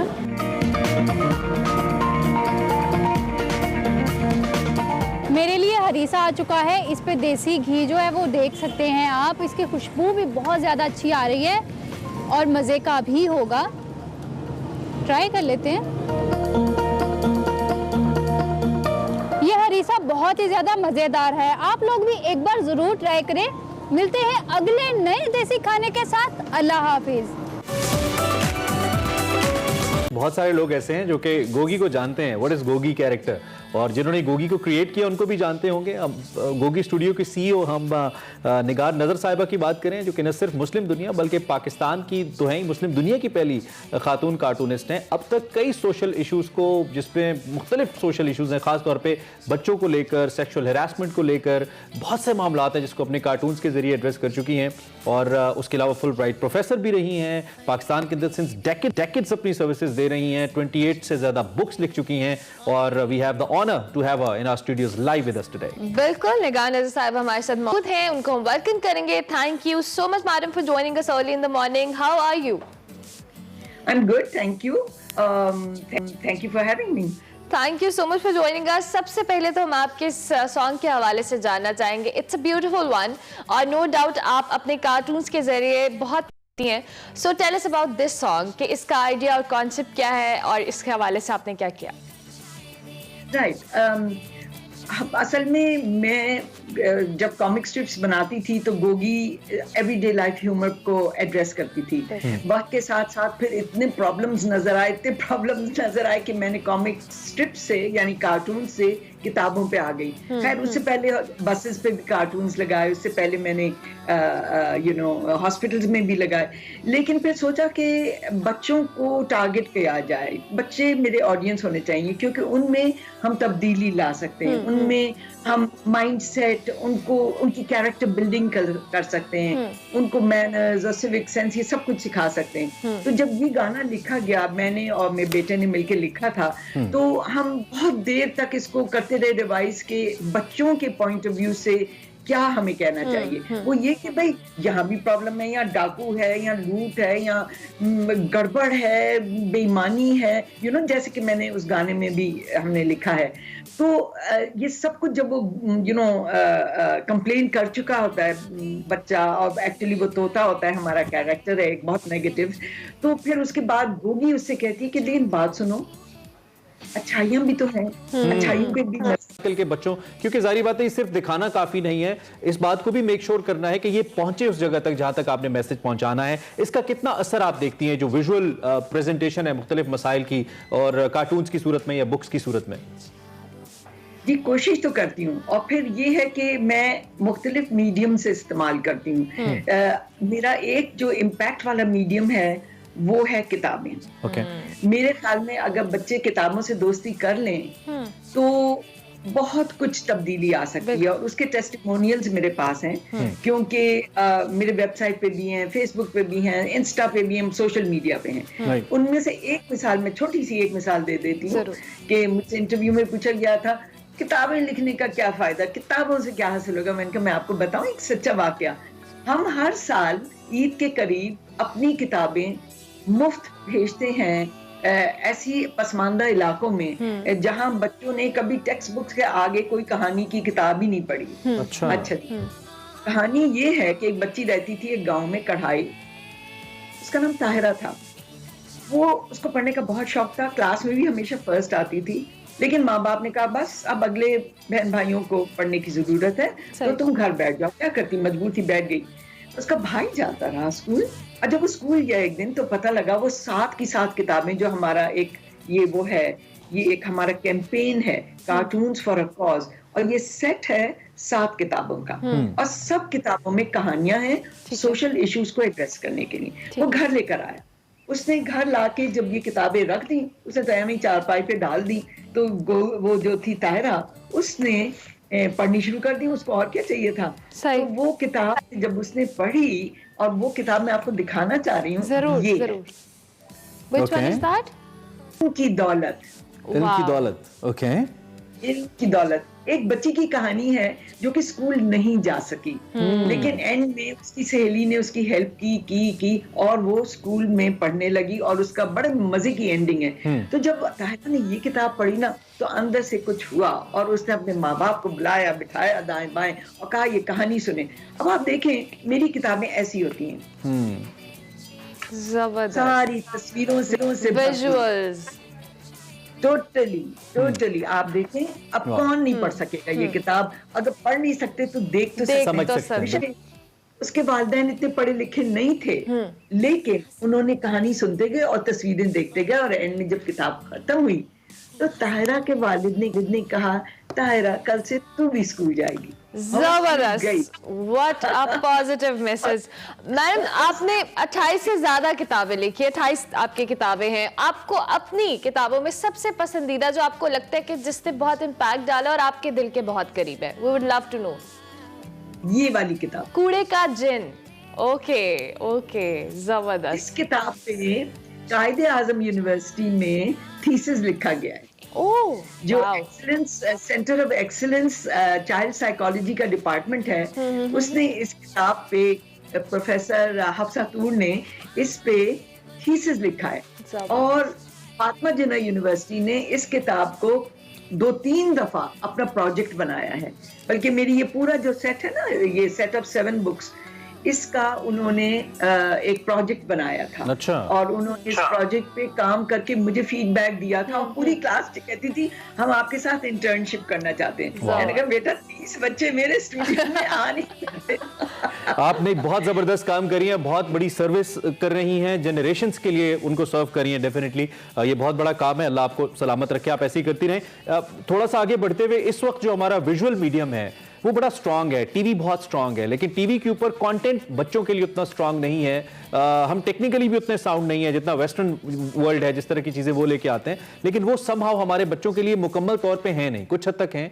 तो इसके लिए हम क्या करें? आपके पास कुछ सजेशन है इसके लिए? आपका बहुत काम है बच्चों के ऊपर। जी, मुझसे काम ले ले, मैं तो तैयार हूँ, जब कहें मैं तैयार हूँ। क्योंकि जब कोविड आया था, पेंडेमिक हुआ था, और लॉकडाउन हो गया था और बच्चे घरों में महदूद हो गए थे, तो मैंने अपने प्राइवेट चैनल यूट्यूब पे लगाया और मैंने उस पे हर हफ्ते एक प्रोग्राम देना शुरू कर दिया 12 मिनट। सही। और मैंने बच्चों को कहा कि देखो, मतलब मेरे जहन में ये था कि मेंटल हेल्थ को एड्रेस करना है। बच्चे अगर बुजुर्ग हो रहे हैं तो उनके वालिदैन भी हो रहे हैं, खासकर तौर से माएँ, तो मैं उनको बैठ के कहती थी कि देखो दुकानें बंद हैं, बाजार बंद हैं, कहीं नहीं जाना, लेकिन घर में से ढूंढो, आओ कुछ ढूंढते हैं। एक धागा ले आए, एक पत्थर ले आओ, एक आलू ले आओ, भिंडी ले आओ, जो भी घर में आम चीजें इस्तेमाल की हैं वो लाओ और मैं तुम्हें इससे आर्ट एंड क्राफ्ट बनाना सिखाऊंगी। वाओ। तो यूट्यूब पे आज भी यूट्यूब पे हैप्पी हैंड्स, खिलखिलाते हाथ के नाम से मेरा चैनल अभी भी वहां है। और मैंने 5 महीने तक हर हफ्ते एक प्रोग्राम बनाया अकेले। मेरे पास कोई हेल्प ही नहीं थी, बेटा था वो हेल्प करता था, फिल्मिंग कर देता था, खुद ही हम सारा कुछ करते थे क्योंकि उसकी स्पॉन्सरशिप थोड़ी थी। We had nothing। लेकिन हमने कहा नहीं, बच्चों को एंगेज करना है, बच्चों को, और उनको हंसाते भी थे और छेड़छाड़ भी करते थे। एक सेगमेंट था नानी कहानी का, वो भी होता था, पपेट्स भी थे। तो मतलब आपने कुछ कंस्ट्रक्टिव और कुछ उनके लिए पॉजिटिव रखा इस तमाम सिचुएशन में भी। मैडम जल्दी से हम ये जानना चाहेंगे कोई ऐसी बुक या प्रोजेक्ट जिस पे आप काम कर रही हैं जो आने वाले वक्तों में बच्चे जिसको पढ़ें और उसी तरह से एक पॉजिटिव थॉट लेकर आ गया है। ये किताब मेरे शजर की किताब। ओके। और ये बन चुकी है तकरीबन, ये हो गई है, कितनी चाहिए, अबाउट 50% तो हो गई है। ये किताब ये दरख्त उगाने पे है और इसमें हमने क्लाइमेट चेंज को एड्रेस किया है। रंग तस्वीरों से भरपूर है। ठीक है। अच्छा मैम, इसमें डायरेक्टली हम बच्चों की तो बात करें, पेरेंट्स का कितना रोल है इस किस्म की तहरीरों और इस किस्म की किताबों से बच्चों को लिंक करने में? ऑब्वियसली पहली दरसगाह घर पे होती है बच्चे की और माँ होती है, तो पेरेंट्स का कितना रोल है? आप उनको क्या कहना चाहेंगे जो पेरेंट्स आप को इस वक्त देख रहे हैं? देखिए, पेरेंट्स को मैं ये कहूंगी कि बच्चों के साथ बैठें, किताब पढ़ें और पढ़ाएं, सुने और सुनाएं और उनसे बातचीत करें। ये एक ब्रिज है आपके लिए बातचीत करने का। और इस ब्रिज को हम उर्दू में, इंग्लिश में और इवन वो जो हमारी सेट है किताबों का, जो मैं चाहूंगी अगर ऑडियंस सुन रहा है और अगर वो मुझे सपोर्ट करना चाहते हैं and they care about education के हर बच्चे को तालीम मिलनी चाहिए, वो ये सेट 7 किताबों का ऑर्डर करें और वो दें अपने सर्वेंट क्वार्टर में दे दें, अपने इतने फ़आल बच्चे या इतनी फ़आल फैमिलीज नहीं जिनके पास मोबाइल भी हो, टीवी भी हो, कितने घर हैं जहाँ टीवी भी नहीं है, तो फिर किताबें तो है ना, किताबें दे उनके हाथ में, वो किताबें पढ़। Such an asset you are, ma'am. Such an asset you are. It's great to have you. Thank you so much for joining us in Expresso. We are so proud of you. आप हमारे show का हिस्सा बनी. It was an honor. Thank you so much. On and off इंशाल्लाह आपसे मजीद भी बात करेंगे. बहुत जबरदस्त काम कर रही हैं बच्चों के हवाले से. इसी नोट पर हमें एक ब्रेक लेनी है. ब्रेक के बाद हाजिर होंगे. आप देखते रहिए Expresso. Welcome back to Express. और अब बारी है हमारे शो में हेल्थ एंड फिटनेस सेगमेंट की। और हेल्थ एंड फिटनेस के लिए सुबह सुबह अच्छी एक्सरसाइज जाना बहुत जरूरी है और वो हमें बताती हैं खुशी बाट। खुशी, वेलकम टू द शो। कैसी हैं आप? थैंक यू, मैं ठीक ठाक। आप लोग कैसे हो? मैं बिल्कुल ठीक ठाक। खुशी, क्या बताने वाली है? आज मैं शोल्डर की रिहेबिलिटेशन बताऊंगी। शोल्डर रिहैब, जिनको शोल्डर पेन्स है या जिनको रोटेटर कफ का इशू है या कोल्ड शोल्डर है, उनको कौन कौन से रिहेबिलिटेशन के लिए एक्सरसाइजेस करनी चाहिए। आपको एक सिंपल बैंड चाहिए, डंबल्स के साथ भी हो जाएगा। वही बैंड, इससे ज़्यादा अच्छी आपकी रिहेबिलिटेशन होती है, आपके सारे मसल्स एक्टिव होते हैं। जब तक आपके मसल्स में ब्लड सर्कुलेशन नहीं होगी, आपके मसल स्ट्रेंथन नहीं होंगे। जब तक उसको मूव नहीं करेंगे तब तक ब्लड सर्कुलेशन नहीं होगी। या अगर राइट शोल्डर है या लेफ्ट शोल्डर, आपने दोनों करना है, ठीक है। अगर राइट में पेन है तो उसका मतलब ये नहीं कि आपने लेफ्ट का वर्कआउट नहीं करना, दोनों शोल्डर्स का करना है ताकि बैलेंस रहे। First exercise, elbows right next to your rib cage, waist के पास होंगी। पंच, hands should be in punch shape and open up, breathe and hold for 5 seconds.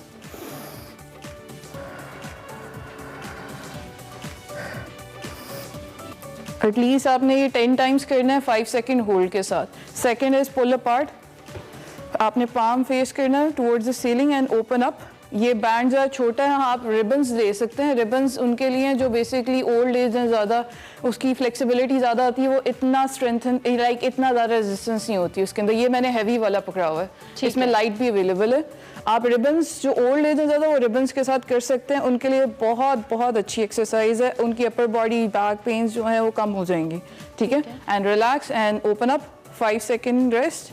ये आपके सारे मसल्स मैटर करते हैं, your back, your shoulders, your front delt, your chest, ये सारा इनको स्ट्रेच करेगा। And then overhead, pull apart, breathe out, ठीक है, and pull apart and hold 5 4 3। ये देखें मेरा ये थोड़ा सा शोल्डर वीक है तो ये मूव करेगा, आपको फील होगा। ये देखें ये खुद ही मूव हो रहा है, आपको यहाँ से फील हो जाएगा कि आपका शोल्डर जो है वीक है। आपने होल्ड करना है 5 to 10 सेकेंड्स एंड आपको बहुत अच्छा फील होगा। ये आपने एटलीस्ट 10 to 15 रेप्स करने हैं एंड ये रेगुलर प्रैक्टिस करने हैं। 1 टाइम कर लें बहुत अच्छी बात है, if you can do it twice, more or less is always good. So try this at home, आपके लिए बहुत अच्छी, जिनको बैक पेन, शोल्डर पेन या जो ज़्यादा झुक के बैठते हैं उनके लिए बहुत अच्छी रिबिलिटेशन एक्सरसाइज। ठीक हो गया, थैंक यू वेरी मच खुशी, बहुत शुक्रिया कि आपने बहुत ज़बरदस्त एक्सरसाइज बता दी। जी, सुबह सुबह खुशी देने के लिए बहुत शुक्रिया। अच्छा, इस वक्त मैच चल रहा है, मेरी तमाम कौम से ये गुजारिश है, ये मेरी ज़ाती अनाउंसमेंट है कि प्लीज़ दुआ कीजिए कि हम मैच जीत जाएं